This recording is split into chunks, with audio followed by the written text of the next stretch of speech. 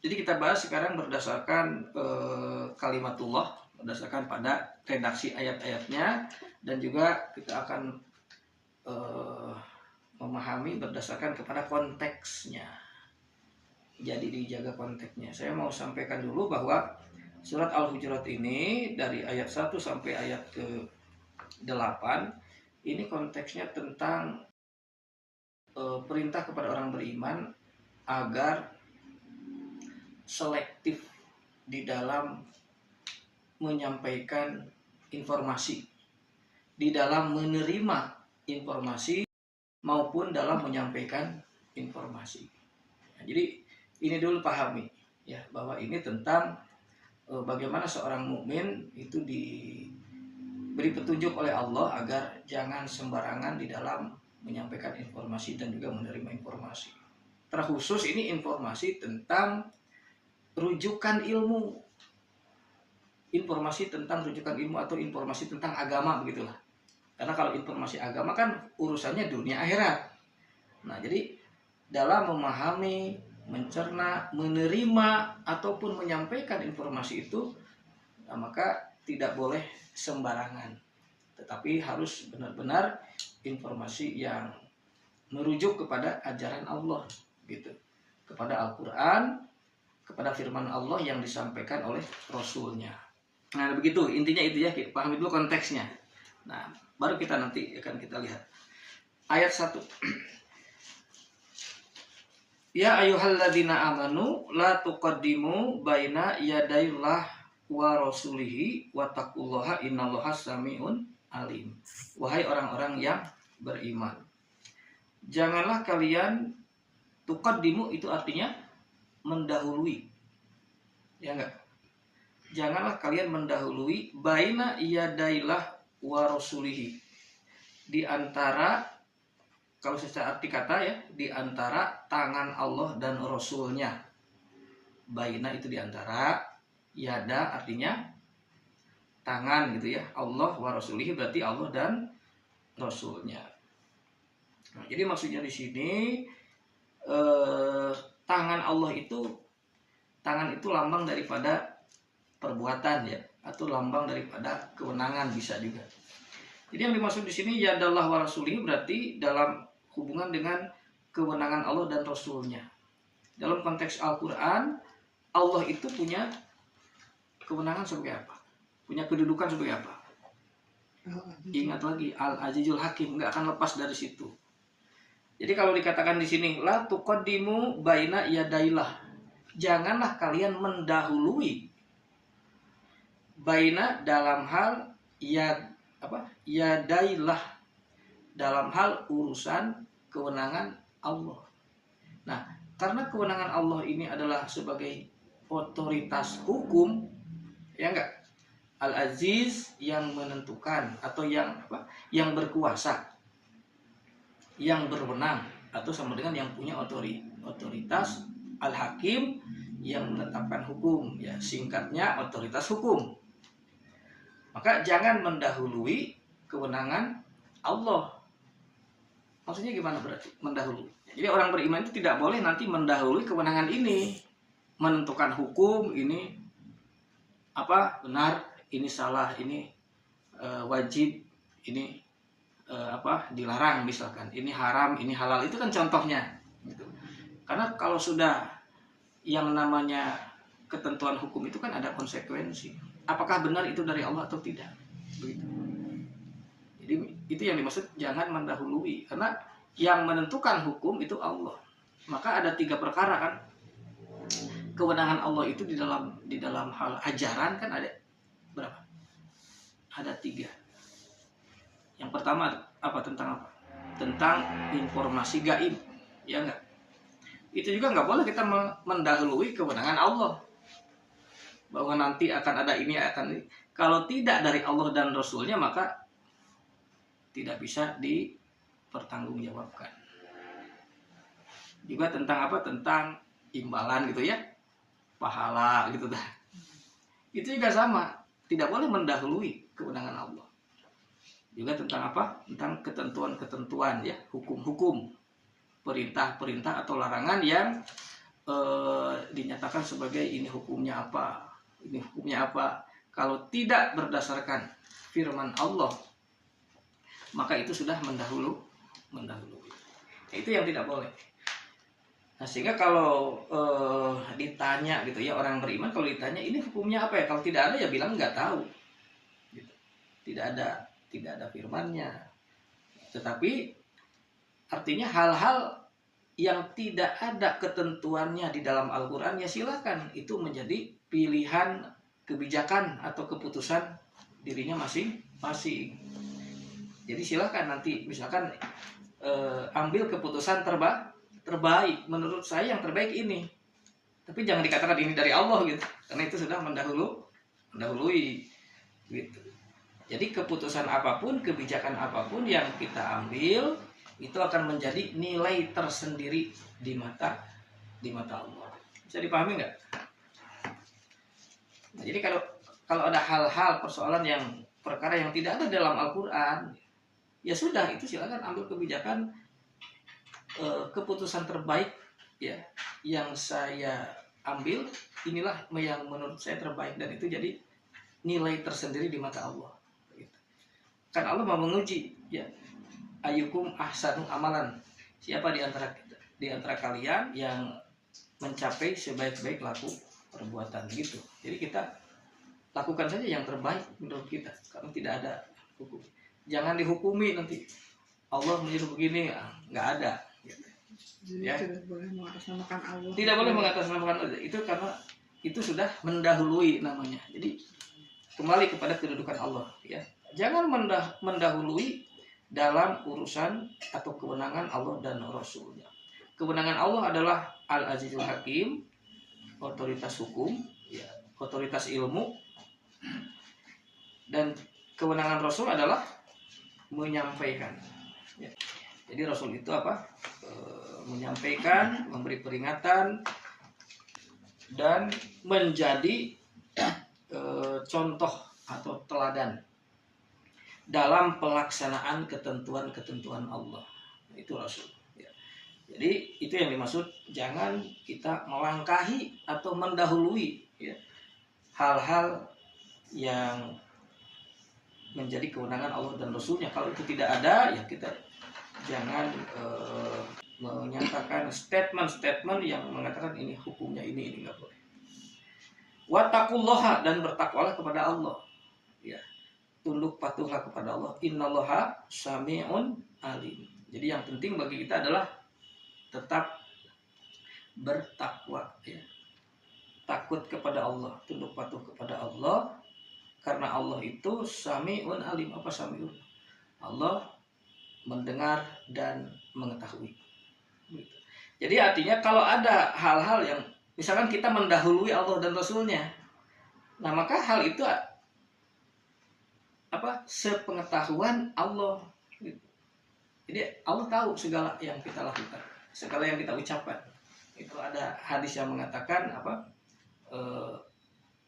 siapa yang beriman kepada Allah dan hari akhir ya, man kana yu'min billah wal yaumil akhir falyakul khairan aw yasmut. Ingat nggak Pak? Ada kan ada. Siapa yang beriman kepada Allah dan hari kemudian, maka falyakul khairan, maka berkatalah yang baik, atau kalau tidak bisa berkata yang baik dan benar, falyasmut, maka lebih baik diam gitu. Nah itu jadi yang dimaksud, jangan mendahului kewenangan Allah dan Rasulnya dalam hal ajaran, dalam hal rujukan agama, jalan hidup dunia dan akhirat. Nah ini gejala yang akan terjadi dan memang sudah terjadi.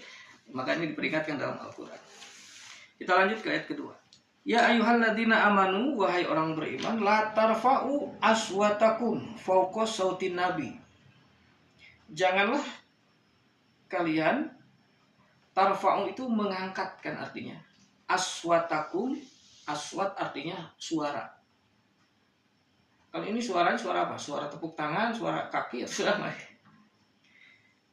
Suara itu suara mulut maksudnya. Jadi maksudnya kalau suara mulut itu ya ucapan.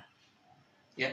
Jadi bukan masalah volume, bukan masalah mengangkat keras volume ya. Kalau Nabi volumenya segini mah jangan dikerasin. Apa gitu maksudnya? Apa urusan volume suara? Yang dimaksud di sini jangan mengangkat ucapanmu. Mengangkat ini artinya mengemukakan, mengungkapkan satu ucapan, satu perkataan. Fauko artinya di atas. Sautin Nabi, di atas ucapan Nabi. Nah ini yang dimaksud di atas itu kan artinya ucapan itu di atas itu artinya berdasar atau didasarkan kepada ucapan Nabi. Bisa dipahami nggak? Ucapan kita didasarkan berdasarkan ucapan Nabi. Ya, nah pahami dulu ini maksudnya. Ada orang ngomong, Nabi bilang begini. Nah itu yang dimaksud contoh. Ya, kata Nabi juga begini. Kata Nabi juga begitu. Nah ini yang dimaksud tarfa'u, mengungkapkan, mengangkat satu pembicaraan, satu ucapan di atas ucapan Nabi. Artinya berdasarkan pada ucapan Nabi. Apa nggak boleh? Ya boleh saja, tetapi di sini Allah mengatakan sebenarnya ini ketat ya. Apabila ucapan Nabi itu dilepaskan dari Allah, dari firman Allah, nah ini yang berbahaya begitu. Karena ini fauqa sautin Nabi. Jadi Nabi dilepaskan dari Allahnya. Kalau Al-Qur'an biasa dirangkai ya, Allah wa rasulihi ya. Misalnya di sini kan baina yadaillahi wa rasulihi. Allah dan Rasulnya. Enggak bisa dilepas. Nah maka jangan nanti mengangkat pembicaraan ucapan itu hanya dari Nabi saja tanpa ada rujukan dari firman Allah ini. Ya. Nah perhatikan. Nah, jadi di sini janganlah kalian mengangkat ucapan kalian berdasarkan atau di atas dasar ucapan Nabi. Wala tajharu lahu bil qauli. Dan janganlah tajharu lahu bil qauli. Tajhar itu artinya mengeraskan, lahu untuk hal itu, bil qauli dengan ucapan. Apa arti tajhar bil qauli ini menjadi satu kesatuan makna. Tajhar mengeraskan, bil qauli dengan ucapan. Menjadi satu kesatuan. Tajhar bil qauli artinya mengeraskan dengan ucapan. Dalam bahasa Indonesia apa istilahnya? Artinya bisa berpidato, bernarasi, berceramah itu. Jadi orang itu mengeraskan sesuatu dalam bentuk ucapan. Jadi bukan omongan biasa-biasa gitu. Kalau omongan biasa-biasa ngobrol itu bukan tajhar bil qauli. Ya, bisa dipahami yang dimaksud tajhar, mengeraskan bil qauli dengan ucapan artinya seperti berceramah, berpidato. Kan orang ceramah pidato pasti keluar pol suaranya nggak?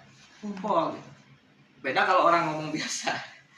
Ya, itu artinya walat tajhar lahu bil qauli. Janganlah mempidatokan hal itu.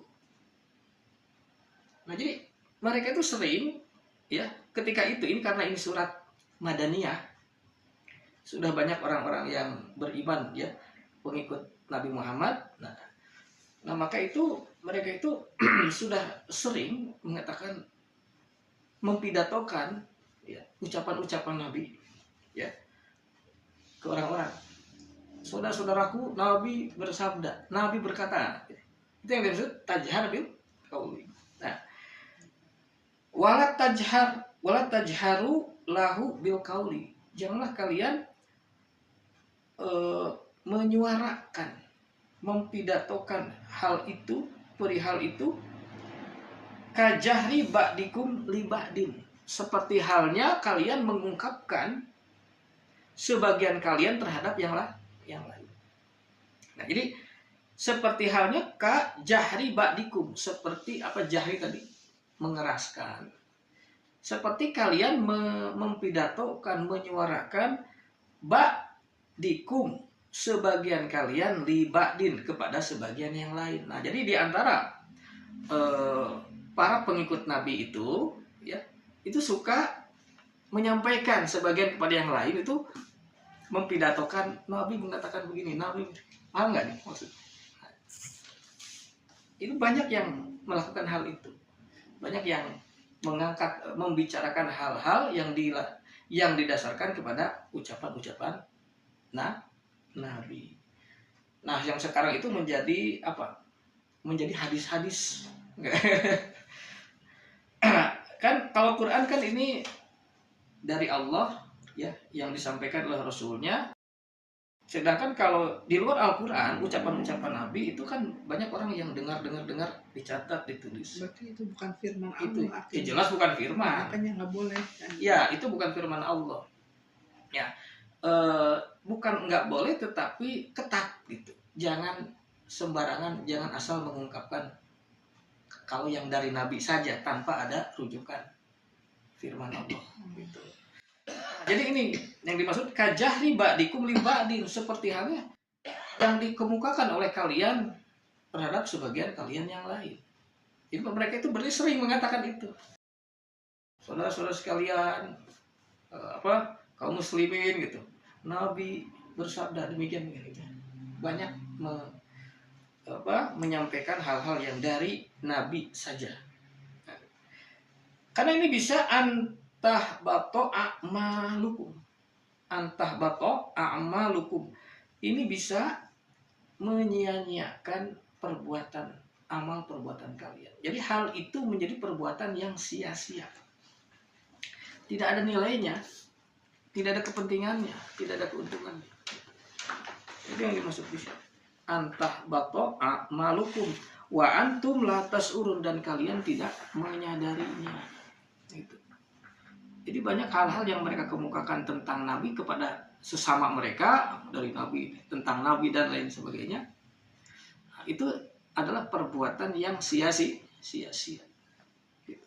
Misalkan informasinya didengar, setelah didengar diamalkan gitu kan, ya sia-sia, nggak ada nilai apapun. Gitu. Kalau itu dari Nabi, dari pribadi Nabi, tanpa ada rujukan firman, gitu. Karena mereka sudah melepaskan dari firmannya, itulah yang berbahaya, gitu. Itulah yang sia-sia, begitu. Nah, itu lu pahami. Ya, kita lanjut ke ayat ke-3. Innaladina yaguduna aswatakum inda Rasulillah. Innaladina yagudu artinya di situ apa arti? Apa? Merendahkan. Ya. Yagudu itu artinya mengendalikan. Ya. Jadi mengendalikan, menahan gitu ya. Artinya tidak mengumbar. Ya. Yang ditahan, yang dikendalikan, innaladina yaguduna aswatukum. Jadi mereka yang mengendalikan ucapannya inda Rasulillah. Mereka yang mengendalikan ucapan mereka dari Rasulullah. Bisa dipahami? Ya, jadi ucapannya itu tidak diumbar, ya. Ucapan-ucapan yang bersumber dari Rasulullah itu tidak diumbar. Jadi ditahan, dikendalikan. Nah, maka mereka itu ulaika ladina imtahanallah qulubahum. Mereka itu adalah imtahana. Apa arti imtahana? Ya, artinya yang diarahkan, ya. Yang dibina, diarahkan. Imtahanallah qulubahum, hati mereka, li taqwa, ke arah takwa. Orang yang diarahkan hatinya ke arah takwa adalah orang yang bisa mengendalikan ucapannya, ya, yang bisa menahan, ya, ucapannya inda Rasulillah, ucapannya yang dari Rasulillah, ya. Nah, itulah mereka yang diarahkan hatinya ke arah takwa. Karena takwa itu kepada Rasul atau kepada Allah? Kepada Allah. Yang namanya takwa itu kepada Allah, ya, bukan kepada Rasul. Ada nggak itaku Rasul misalkan? Ya, ada nggak, Gun? Ada. Nah, ada juga. Ada juga apa? Ittaqullah. Nah, jadi takwa itu, arti takwa itu kan takut, tunduk, patuh. Itu kepada Allah, bukan kepada Rasul. Nah, itulah yang disebut imtahanallah qulubahum littaqwa. Maka lahum magfiratun wa ajrun adim. Bagi mereka ada janji magfirah, apa? Ampunan, wa ajrun adim, dan imbalan yang bernilai agung. Nah, jadi jelas ya, magfirah dan imbalan yang agung itu hanya kepada orang yang apa? Yang takwa.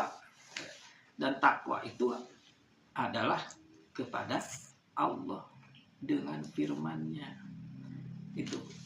Ulaika ladina imtahanallahu qulubahum littaqwa. Nah, itulah orang-orang yang diarahkan hatinya ke arah takwa. Jadi karena takwa itu harus kepada Allah. Gitu ya. Tunduk, patuh, takut kepada Allah, dan lahum magfirah wa ajrun adim, dan mereka itulah yang akan mendapatkan, orang bertakwa ini yang akan mendapatkan keputusan magfirah, ya enggak? Wa ajrun adim, setelah magfirah ada imbalan. Apa imbalannya? Jannah. Ya jannah gitu. Apalagi ajrun adim, imbalan yang bernilai agung, besar, itulah jannah. Nah, jadi ini harus ketat di dalam hal menerima informasi dan mengamalkan setiap informasi itu harus dari Allah dan Rasulnya. Jangan di-cut ya, dari Rasul saja, nanti lepas rujukannya, lepas konteksnya. Kan nggak tahu Nabi itu ngomongin tentang apa gitu ya, ngomongin urusan apa gitu. Sehingga kalau orang dengar karena Nabi yang ngomong, dianggapnya ini punya ini sesuatu yang bernilai pedoman, petunjuk. Kan belum tentu kan. Nah, begitu. Ketika Nabi berbicara kepada si fulan gitu ya, dengar sama orang, oh Nabi begitu, ya. Disebarkan sehingga seolah-olah dijadikan sebagai hukum nantinya. Nah, itulah jadi yang tidak bisa ya, di mata Allah itu tidak bisa demikian gitu ya. Jadi harus yang bernilai hukum itu adalah firman Allah. Nah, kenapa Allah menegaskan seperti ini? Karena ada gejala ke situ, dan di gejala ini sudah terjadi hari ini. Nah, kita lanjutkan. Innaladina yunadunaka min warail hujurat. Nah, sesungguhnya orang-orang yang yunadunaka tadi, apa arti yunadunaka? Memanggil ya. Nah, jadi orang-orang yang memanggil engkau Muhammad min warail hujurat. Min warai itu artinya di luar ya. Di seberang apa? Al hujurat itu artinya batas ya. Hujurat itu artinya batas ya. Batas-batas ya. Kalau di situ diartikan kamar, mungkin artinya karena tempat yang dibatasi gitu ya. Tapi hujurat secara umum artinya batas-batas. Nah, jadi artinya innaladina yunaduna, ke orang-orang yang manggil-manggil engkau. Maksudnya adalah orang-orang yang nyebut-nyebut nama Muhammad. Ya, sering nyebut-nyebut Muhammad. Tapi dia menyebut-nyebut Muhammad min warail hujurat. Di luar batasan. Sering nyebut Nabi, berkata Nabi, kata Nabi, dan seterusnya. Ya, dikit-dikit Nabi, dikit-dikit Nabi. Nah, ini sudah di luar batasan, atau sama dengan juga sudah di luar konteks Al-Quran gitu. Ya. Maka aksaruhum di sini aksaruhum la ya'qilun, kebanyakan mereka itu la ya'qilun. La ya'qilun itu artinya tidak memahami. Jadi kebanyakan mereka itu tidak paham, tidak ngerti. Tidak ngerti apa? Tidak memahami kitab, tidak memahami Al-Quran. Kalau dia paham Al-Quran, kalau dia memahami kitab, maka dia tidak akan ya, mengumbar nama-nama apa, mengumbar Muhammad. Kata Nabi. Nah itu. Kalau dia paham Al-Quran, ya, bisa dipahami ya. Nah, kita lihat lagi ayat berikutnya. Walau annahum sobaru hatta takhruja ilaihim. Walau annahum sobaru, sekiranya, lau itu artinya kalau gitu ya. Dan kalau atau sekiranya annahum, bahwa mereka itu sobaru, arti sobaru apa? Sabar. Mereka mau bersabar, mereka mau sabar itu artinya menahan diri. Menahan diri dari apa? Dan tadi dari manggil-manggil, nyebut-nyebut nabi. Kalau mereka mau menahan diri, hatta tahruja ilaihim, sampai engkau Muhammad tahruja keluar ilaihim, menemui mereka.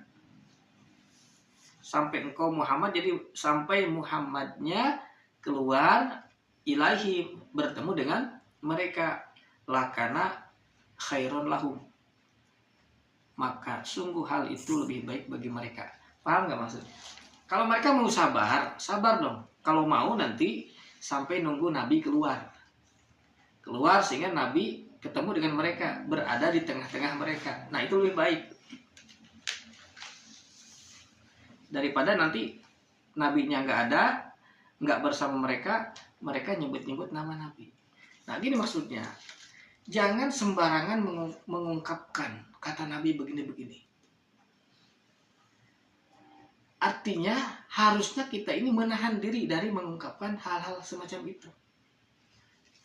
Kecuali kalau nabinya ada hadir bersama kalian, bersama kita. Misalkan Nabi ada bersama kita nih, silakan ngomong. Nabi bilang apa?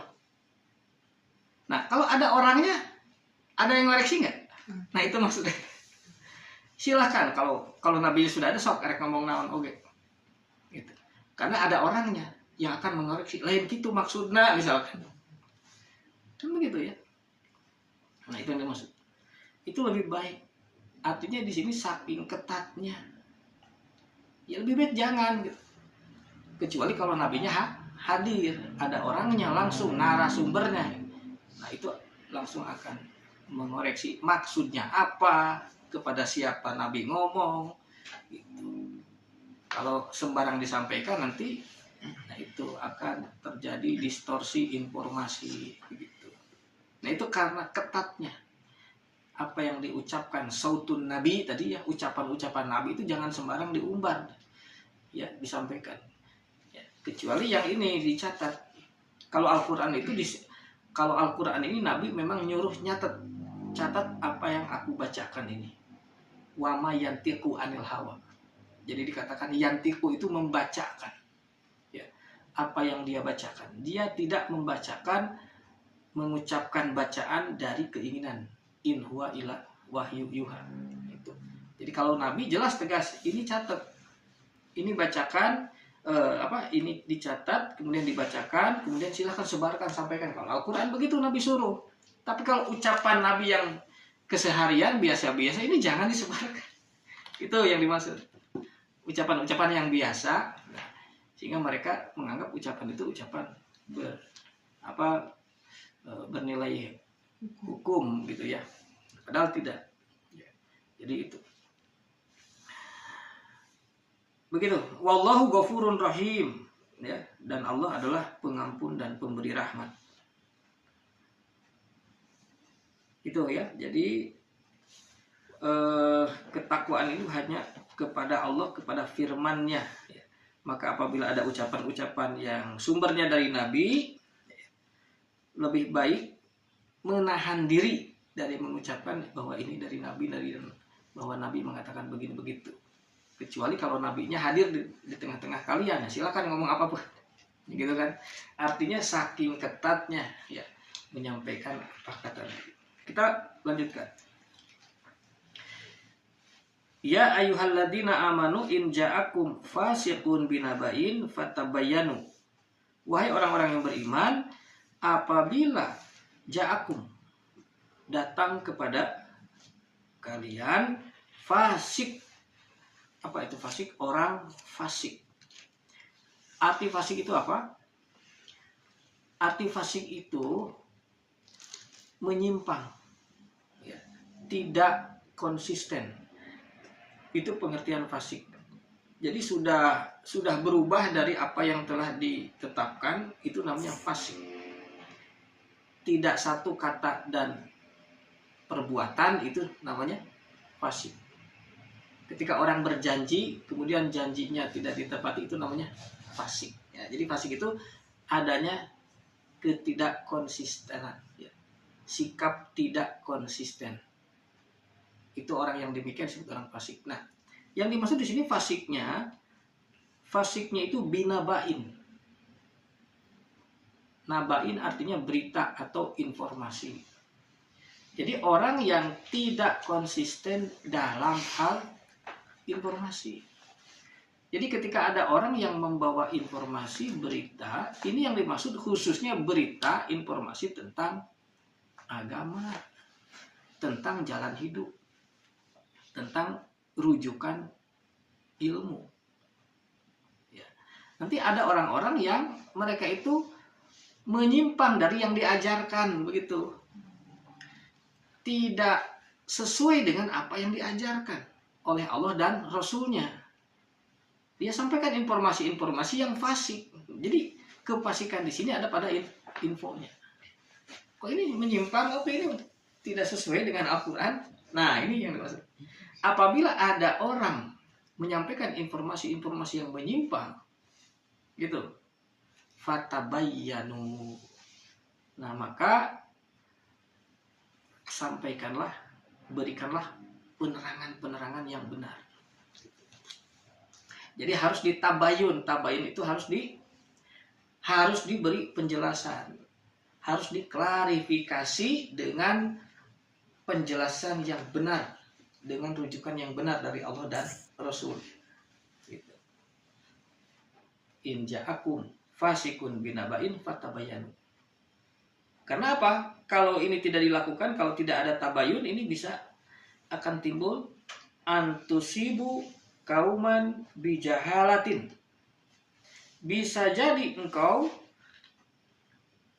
menimpahkan kepada satu kaum, kepada masyarakat, ya, sesuatu bijahalatin, ya, sesuatu yang bernilai kebodohan. Jadi bisa jadi informasi yang kita terima karena kita tidak melakukan tabayun, tidak melakukan klarifikasi, ya, kita tidak lakukan koreksi teliti, sehingga informasi ini kita teruskan ke masyarakat atau membiarkan informasi itu menyebar di masyarakat sehingga tusibu kauman bijahalatin, sehingga menimpahkan atau membuat masyarakat itu menerima informasi-informasi berdasarkan kepada kebodohan. Jahalatin. Jahalatin itu berarti sesuatu yang tidak berdasarkan kepada rujukan ilmu. Tidak jelas rujukan ilmunya, namanya jahiliyah. Jahil. Jadi jahil itu kan sering diartikan bodoh. Jahiliyah kebodohan, artinya tidak berdasarkan pada rujukan ilmu yang benar. Jadi bisa membuat penyesatan kepada masyarakat. Jadi harus tabayun. Ketika kita menerima informasi-informasi yang fasik tadi artinya apa? Tidak konsisten. Ya, tidak konsisten atau gampangnya menyimpang. Nah, ini menyimpang dari yang benar. Maka kita harus tabayun, kita harus kasih penjelasan, kita harus klarifikasi. Sehingga nanti masyarakat tidak tertulari oleh informasi-informasi yang jahalah tadi.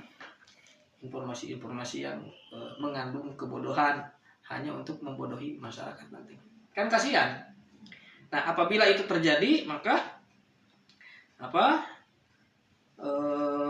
fatusbihu ala ma fa'altum nadimin, maka kalian akan menjadi orang yang menyesal dengan apa yang telah kamu perbuat itu. Apa yang telah kamu perbuat, ya kita membiarkan kefasikan menyebar, atau kita menjadi orang yang ikut, ya, menyebarkan berita-berita fasik, berita-berita menyimpang, maka pada akhirnya kita akan menjadi orang yang menyesal. Gitu. Jadi ini konteksnya tentang apa tadi? Tentang bagaimana kita menerima informasi, ya, dan bagaimana kita menyampaikan informasi. Gitu. Jadi tentang harus selektif, harus benar di dalam menerima dan menyampaikan informasi-informasi dalam kaitan dengan informasi ajaran Allah dan Rasulnya. Ayat berikutnya. Wa'lamu anna fikum Rasulullah. Ketahuilah anna fikum Rasulullah, bahwa di tengah-tengah kalian ada Rasulullah. Ya. Sekarang ada nggak Rasulullah? Nggak ada. Artinya begini, katakanlah bahwa di tengah-tengah kita ada Rasul. Nah, ini ayat ini ya. Ini mensimulasikan ya. Wa'lamu anna fikum Rasulullah. Katakanlah di tengah-tengah kalian itu ada Rasulullah. Nah, perhatikan kalimat berikut. Lau yuti'ukum fi kasirin minal amri. Kalau Rasul itu yuti'ukum, mengikuti kalian, fi kasirin minal amri, dalam banyak urusan. Apa maksud mengikuti kalian? Urusan Rasul itu urusannya apa dengan kita, dengan orang-orang beriman? Kepentingan Rasul apa? Ya, orang beriman butuh apa kepada Rasul? Butuh ajaran kan, butuh informasi ilmu dari Allah kan? Ya enggak? Nah, ini yang dimaksud kalau sekiranya Rasul itu mengikuti kamu, yang dimaksud mengikuti itu melayani kamu, meladeni kamu dalam banyak urusan. Jadi gini, si umat Nabi itu ketika walaupun ada Nabi bersama mereka, kan mereka akan banyak nanya nih kepada Nabi. Banyak pertanyaan. Ya Rasulullah, ini bagaimana? Ya Rasulullah, ini hukumnya apa? Ya Rasul itu bagaimana? Ya enggak? Kan urusan Rasul kan itu, urusan ajaran. Sehingga apakah Rasul harus meladeni semua pertanyaan? Gitu. Jadi yang maksud yuti hukum bikasirin minal amri, mengikuti artinya melayani. Rasul harus melayani kamu dalam segala urusan. Urusan tetek bengek kudu ditanyakan ke Nabi, Nabi kudu ngajawab. Ya enggak? Ada enggak kecenderungan ke situ? Ada. Ya, maka dikatakan kalau begitu la'anitum, apa arti la'anitum di situ? Akan membuat kamu apa? Susah. Akan membuat kamu susah. Jadi hidup akan jadi susah, sulit, ribet. Paham gak maksudnya? Sehingga kalaulah Nabi menjawab segala pertanyaan kita, kata Nabi harus begini, harus begitu, diikuti nggak oleh kita? Diikuti, dicatat loh. Ribet nggak hidup? Kaku nggak? Sehingga segala urusan diatur, harus ada aturannya. Kalaulah Nabi menjawab gitu ya, sehingga wah kata Nabi begitu, wah diikuti. Ribet atau hirup kayak, benar gak? Ya artinya la'anitum itu bikin kaku, bikin susah dalam dinamika hidup kita. Segala-gala urusan harus ada gitu, harus ada aturannya, misalkan begitu. Itu yang dimaksud.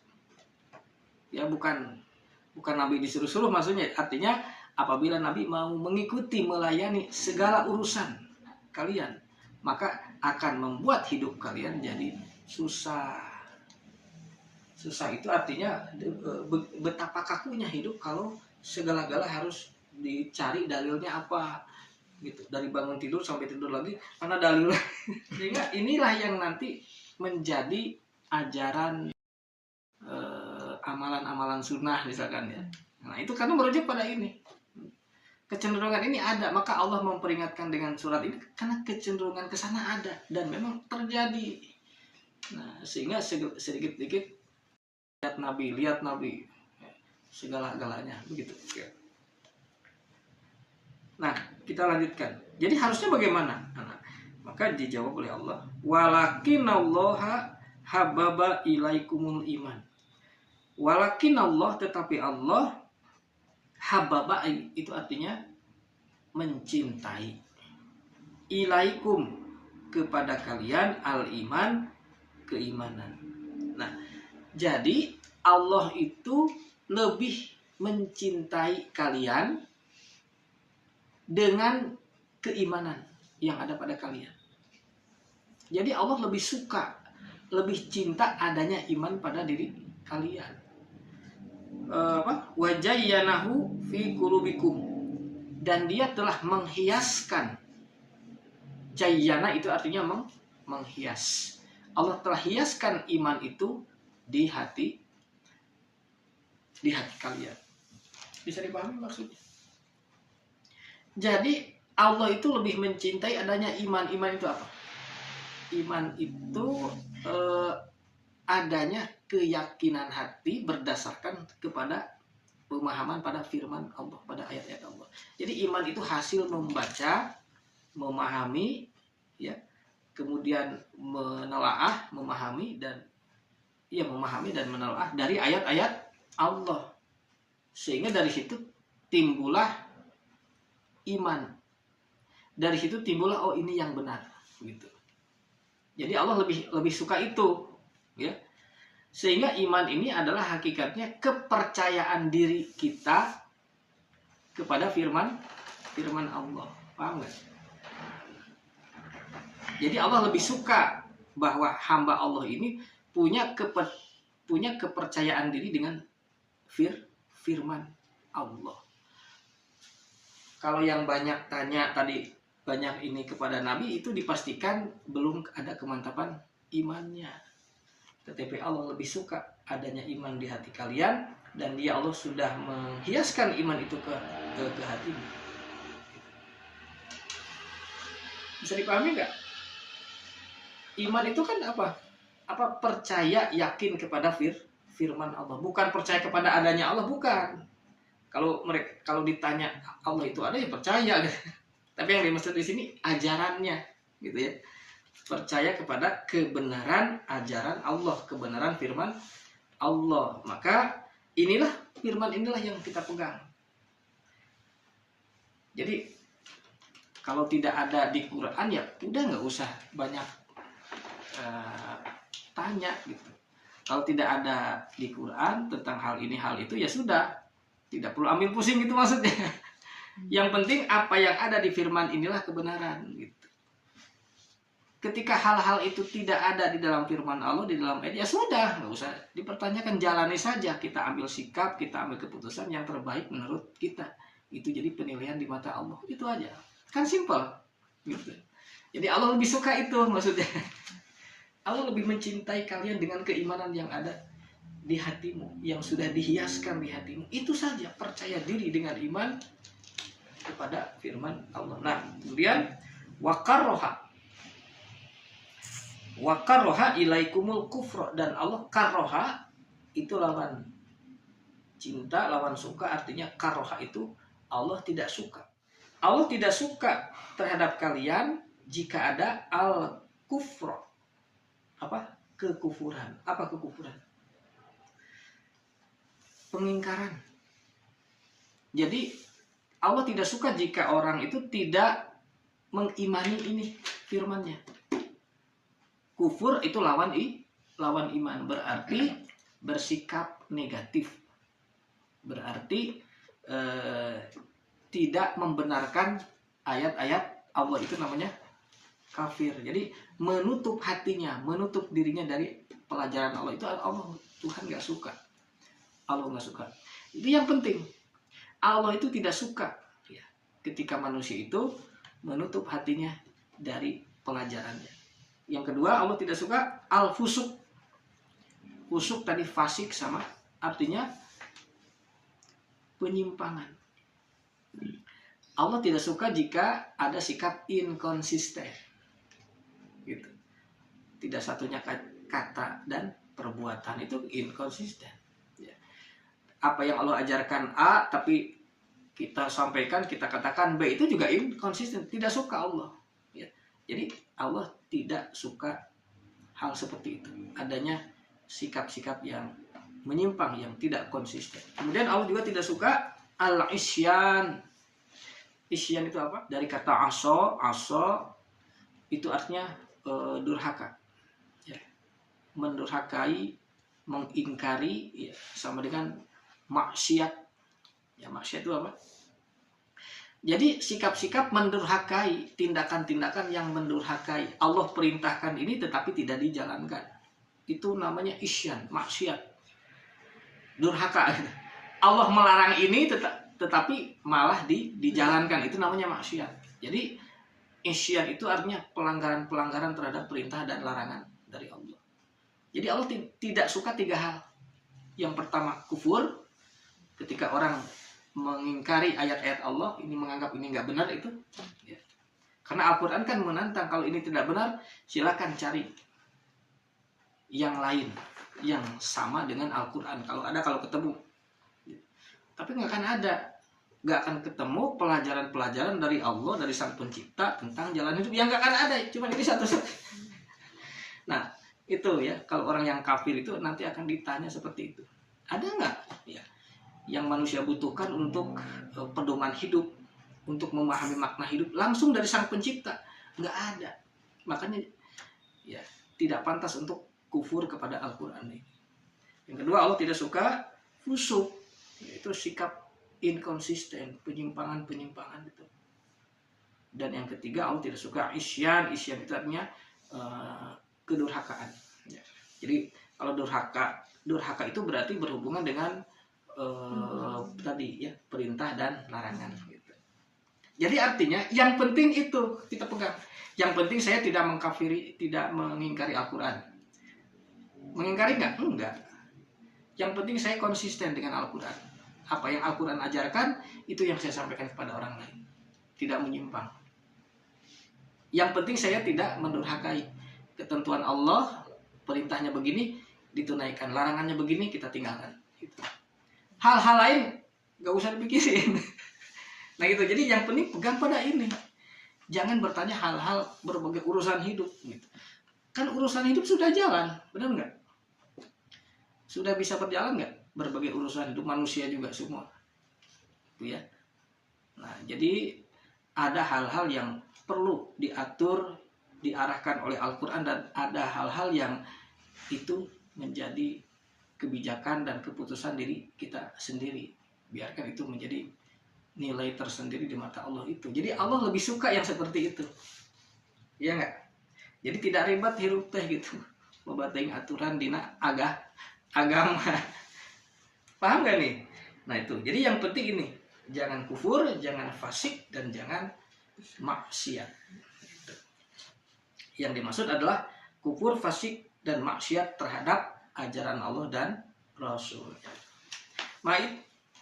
Kemudian apa kesimpulan ayat ini? Ulaika humur rasyidun. Nah, itulah mereka yang rasyidun. Apa itu rasyidun? Itulah mereka yang berada di jalan yang benar. Itulah mereka yang berada di jalan yang lurus. Jadi, kalau kita sudah seperti itu sudah lurus, sudah benar di mata Allah. Udah begitu. Ya enggak? Maka ayat ke-8-nya apa?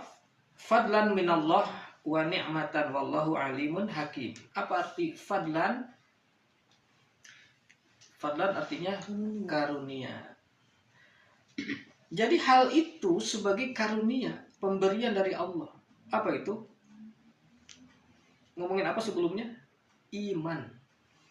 Jadi kalau orang sudah punya iman, ya, percaya diri berdasarkan ajaran Allah yang dia yakini, yang dia pahami, itu sudah satu karunia dari Allah. Dan itu juga sudah nikmat, satu kenikmatan. Nikmat itu apa? Nyaman, enak. Sudah merupakan satu kenyamanan loh dalam hidup. Coba kalau tidak punya iman, kalau tidak punya kepercayaan diri dengan Al-Quran, nyaman nggak? Ya kan tadi banyak tanya, ini apa ya hukumnya gitu ya. Nggak nyaman, nggak nikmat. Serba takut ya nggak? Nah karena belum ada kemantapan.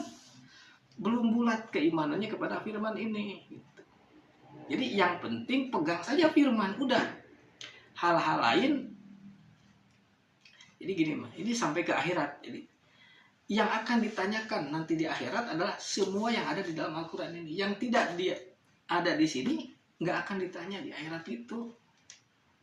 Ya, jadi nggak perlu kita ribet urusan-urusan yang di luar Al-Quran, nyantai aja gitu, nyaman-nyaman saja gitu ya. Artinya diatur-atur sajalah gimana baiknya.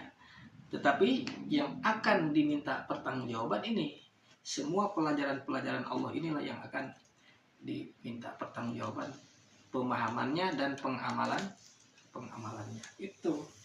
Maka inilah keimanan yang sudah terbentuk di dalam diri seorang mukmin ya kepada firman Allah ini, maka itu menjadi fadlan minallah wa ni'matan wallahu alimun hakim. Apa artinya? Allah mengetahui dan Allah yang menetapkan hukum. Jadi ini semua adalah sepengetahuan Allah. Jadi tenang saja, Allah tahu kok ini. Kita sudah baca ini, Allah pun tahu.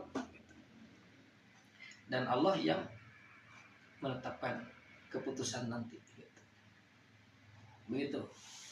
Ya kira-kira begitulah. Jadi isi surat Al-Hujurat ayat 1 sampai ayat 8. Jadi ini tentang apa sebenarnya? Coba diungkapkan. Kira-kira tentang apa semua itu?